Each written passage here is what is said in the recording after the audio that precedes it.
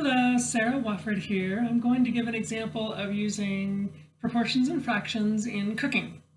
So suppose that you have a recipe that, among other things, calls for 3 cups of flour and 2 cups of sugar.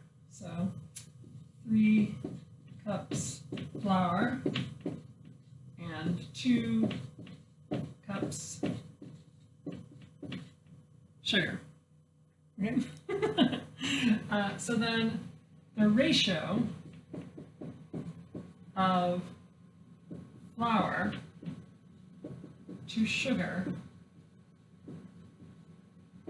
is 3 to 2, or 3:2. That's pronounced 3 to 2. So ratio of flour to sugar is 3 to 2, or 3 to 2, written with a colon instead of the word 2.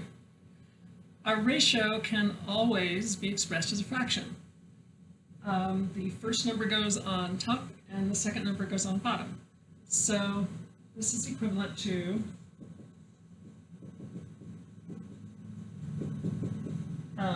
3 halves, which is also, if you take 3 divided by 2 longhand or on a calculator, you end up with 1.5, which means there's 1.5 times as much flour as sugar.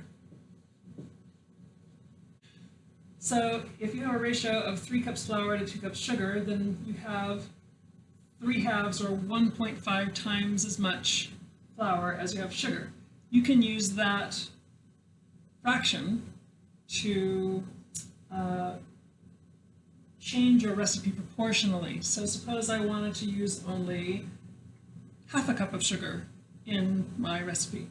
Then how much flour would I need?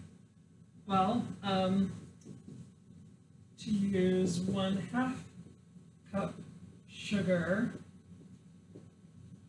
multiply by the ratio, or the fraction. Multiply by the ratio of 3 halves. So 1/2 cup times 3 halves is 1 times 3 is 3, and 2 times 2 is 4. So 3/4 cups of flour. So to use a half cup of sugar, 1.5 times that much is 3/4 of a cup of flour. So this is an example of using ratios and fractions in cooking.